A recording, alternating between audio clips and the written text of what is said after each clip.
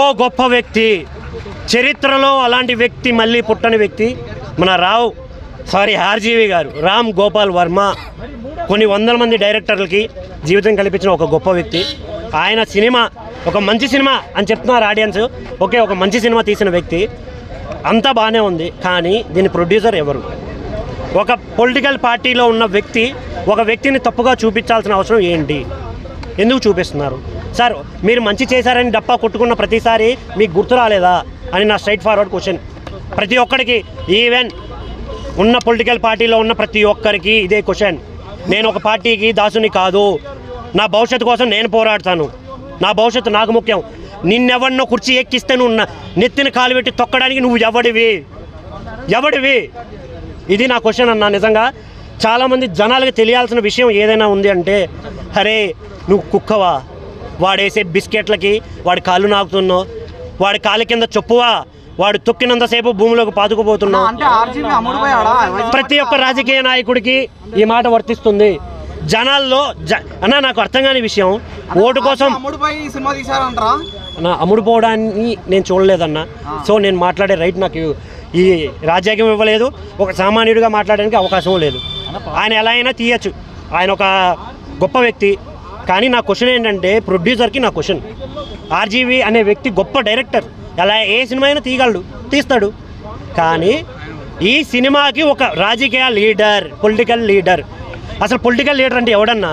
నీ మంచి నా మంచి చూడడానికి వచ్చిన ఒక కాపలాదారుడే కదా. వాడేమో ప్యాలెస్ల్లో బతుకుతుంటాడు, మనమేమో రోడ్ల మీద బుల్లుతుంటాం.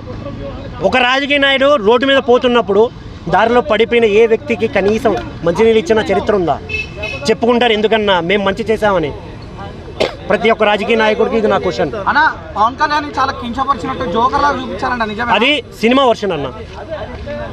పవన్ కళ్యాణ్ గారిని కించపరిచే హక్కు ఆర్జీవి గారికి లేదు. కానీ ఒక సినిమాలో క్యారెక్టర్గా ఆయన చేసుకోవచ్చు.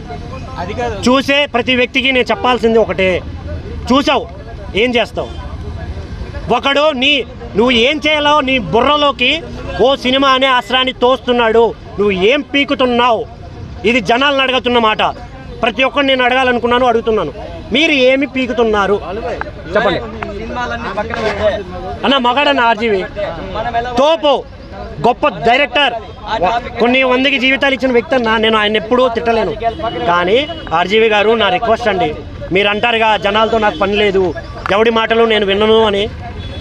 మీరు అంటున్న ఆ మాటలు చాలామంది జీవితాలని నాశనం చేస్తున్నాయి సార్. మీరు జనాల్ని పట్టించుకున్నప్పుడు జనాల భవిష్యత్తుని నిర్ణయించే ఒక వ్యక్తికి సపోర్ట్ చేసే రైట్ లేదని నా అభిప్రాయం. ఆర్జీవి గారు మీరు చూస్తారు, నాకు తెలుసు. ఆర్జీవి గారు చూసినా నేను మీకు అదే చెప్తున్నాను సార్. ప్రతి ఒక్క ఫ్యాన్ అట్ అవుతాడు సార్. జగన్ని తిడితే, జగన్మోహన్ రెడ్డి గారిని తిడితే వాళ్ళ ఫ్యాన్స్ అట్ అవుతారు. చంద్రబాబు నాయుడు గారిని తిడితే వాళ్ళ ఫ్యాన్స్ అట్ అవుతారు. ఆడిస్తారన్నా, ఆడిస్తారు. థియేటర్కి జనాలు పోనవసరం లేదు అన్నా. ఒక ఎమ్మెల్యే క్యాండిడేట్ దగ్గర కొన్ని వందల కోట్లు ఎలా వస్తాయన్నా? ఎలా వస్తాయి అంటే, నీలాంటి నాలాంటి చెమటని కట్టలు కట్టి ముడ్డి మీద 4 తన్ని ఆడు లాక్కెళ్ళిపోతాడన్నా. ఒకప్పుడు రాజులు పాలించే రాజకీయ ఎలా ఉండేదంటే ఇలాగే ఉండేది. ప్రతి నాయకుడు నేను రెడ్డిని, నేను కాపుని, లేదంటే నేను బలిసి కురస్తుని అని చెప్పి ఓట్లు అడుగుకుంటున్నారు. మీకు సిగ్గు లేదా? నువ్వు మనిషివి కాదా? నువ్వు మనిషి అని చెప్పి అడుగు. ఎవరికి పుట్టావు? కులాల గురించి మాట్లాడే ప్రతి ఒక్కరికి చెప్తున్నానన్నా, నీ రక్తం ఎరుపే, నా రక్తం ఎరుపే. కానీ నీ భవిష్యత్తు నా భవిష్యత్తుని తాకట్టు మాత్రం పెట్టకండి అన్న. మీలాగా అక్కడ భవిష్యత్తు, ఇప్పుడు ఆయన మంచి చేస్తే డబ్బా కొట్టుకోవాల్సిన అవసరం ఎవరికైనా ఎందుకన్నా? 10 కట్టుకోండి, కొట్టుకోవాల్సిన అవసరం లేదన్నా. నేనైతే పచ్చిగా చెప్తున్నా మీకు. ఎందుకంటే 100 కోట్లు. మీరు రీల్స్ చూస్తే ఎక్కడో తెలంగాణలో పుట్టిన వ్యక్తి ఆంధ్రాకి వెళ్ళి భజన చేస్తున్నాడు. బ్రో నువ్వు తీసుకున్న ఓ 1 లక్ష రూపాయలు నా అలాంటి జీవితం మీద కాలు పెట్టినట్టు బ్రో. గుర్తుపెట్టుకో, అది మీరు చేస్తుంది తప్పని నేను అన్నాను. కానీ ఆలోచించండి భయ్యా, జీవితంలో సినిమానా? ఎక్కడన్నా సినిమానా? అది సినిమానా? నాకు తెలియదన్నా. ఏదో భజన చేశారని అనిపించింది. ఇప్పుడు ఇంకోటి నాకు అందరికీ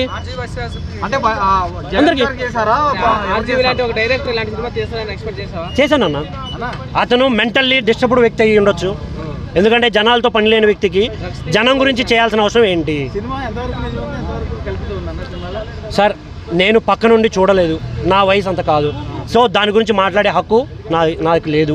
ప్రతి రాజకీయ నాయకుడికి నేను చెప్పాలనుకుంటుంది, సార్ మిమ్మల్ని మేము ఎంచుకున్నాం సార్, మీ వల్ల మేము బతకట్లేదు, మా వల్ల మీరు బతుకుతున్నారు, కొంచెం మమ్మల్ని కూడా గుర్తుపెట్టుకోండి సార్.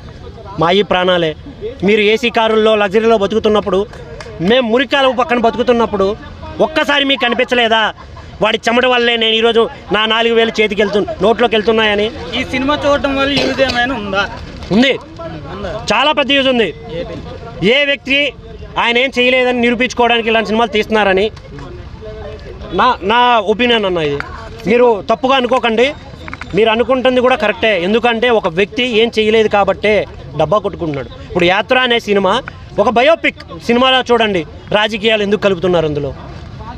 రైతుల గురించి సినిమా వచ్చింది, రాజధాని ఫైల్స్. ఆ సినిమాలో ఏ వ్యక్తిని లేపారన్న? రైతుల గురించి చూపించారు, జరిగిన అన్యాయాలు చూపించారు. మీరు ఇలాంటి సినిమాలు తీసే హక్కు ఉందా? మీరు చేసిన అభివృద్ధిని చెప్పండి. కాదు, చాలామంది రాజకీయ నాయకులు మా తాత ఇచ్చేశాడు, మా నాన్న ఇచ్చేశాడంటే నువ్వు ఏం బొచ్చు పీకావయ్యా? ఏ రాజకీయ నాయకుడైనా కావచ్చు, ఈవెన్ 3 పార్టీలు 4 పార్టీలు కావచ్చు. నేను ఒక సామాన్యుని, నేను ఏ పార్టీకి నేను బానిసని కాదు. ఎవడైనా మంచి చెయ్యండి, మీకు కాళ్ళు కాదు కదా, మీరు ఉచ్చబోసిన చేతులతో పట్టుకునే మనుషులు ఉన్నారయ్యా.